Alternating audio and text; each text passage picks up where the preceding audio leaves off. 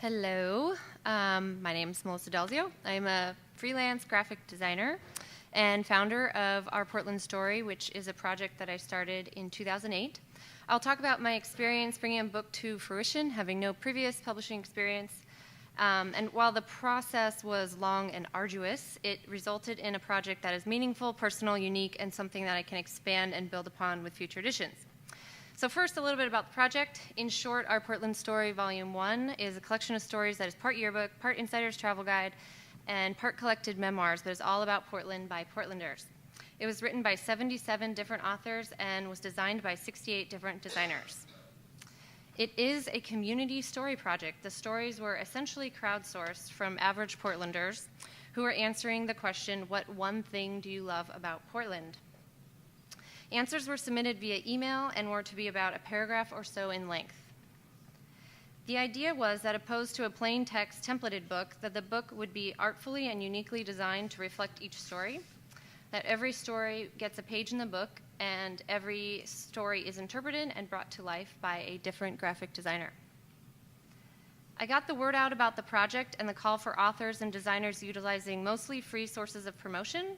I created a website, a Twitter, a Facebook page, Craigslist ads. I posted flyers in coffee shops and creative spaces. And most importantly, I was interviewed by the Oregonian, and an article ran in October of 2008.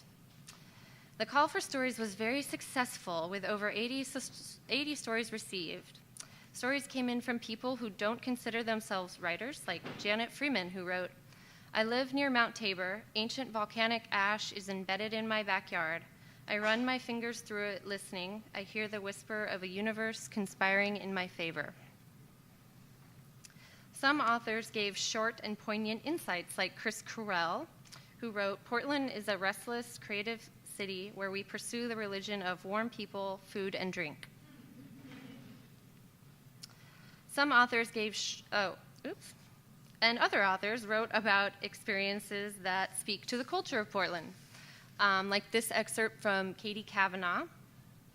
"I had stepped onto Noah's Ark, it seemed, puppets to the right with moms, mangoes, and mohawks to the left. Okay, I'm a little enamored." The next steps were to narrow the stories down and edit for grammar, punctuation, understanding. For this, I needed an editor. Back to Craigslist. My call was answered by the sweet and wonderful Sarah Cook, a longtime Portland editor willing to work for nearly nothing because she believed in the project and liked the break it gave her from her corporate world. Now for the design. I knew that design would be equally important to the story, so I met with every single designer individually or in a small group to brief them on the project. I provided guidelines for the overall look and feel of the book and gave them inspiration and samples.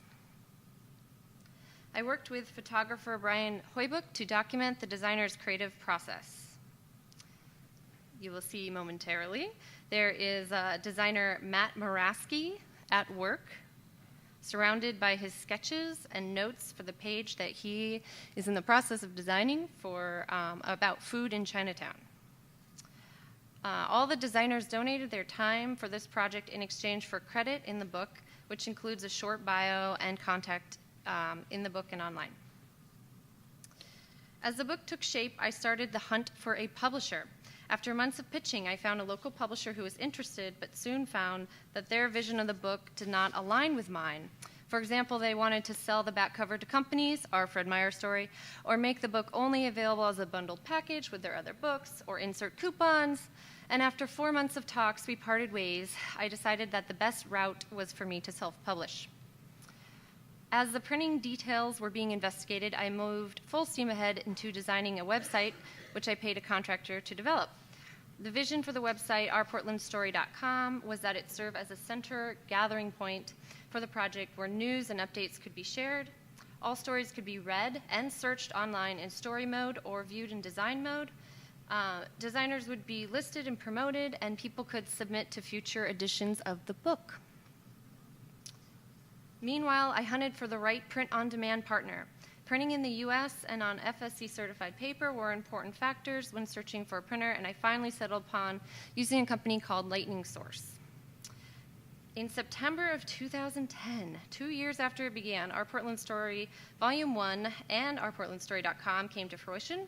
We celebrated with a launch party at Mississippi Studios, where attending authors and designers got to meet for the first time, and selected authors got to read stories to about a crowd of 200. This event was an integral part of the project. It brought contributing members together for a shared celebration of their creative output. At that event, I realized I had achieved one of my major goals of the project, which was to further a sense of community, identity, and pride in Portland. That event was followed up by a second event, a First Thursday art show and reading event at Backspace. The owner of the space chose his favorite pages from the book and partnered with local printers and framers to display the pages in his gallery for the month of November. As the screen shows a few of the finished spreads from the book, let me speak to some of my learnings from this project. First, the ability to affordably print quality on-demand products and distribute them online allows virtually anyone to bring a book to market. For me, this resulted in a project that was more authentic and meaningful and matched my own personal vision. However, quality content and design still determine success. They go hand in hand regardless of how the product came into being. Consumers will see value in both content and design are done well.